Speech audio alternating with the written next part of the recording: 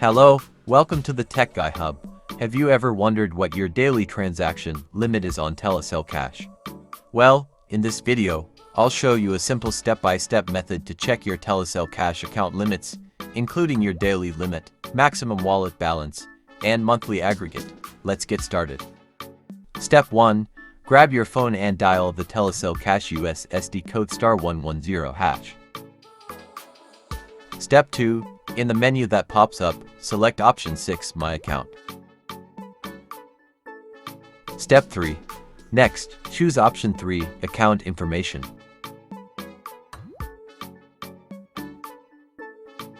Step 4. Now, select option 2, Account Limits.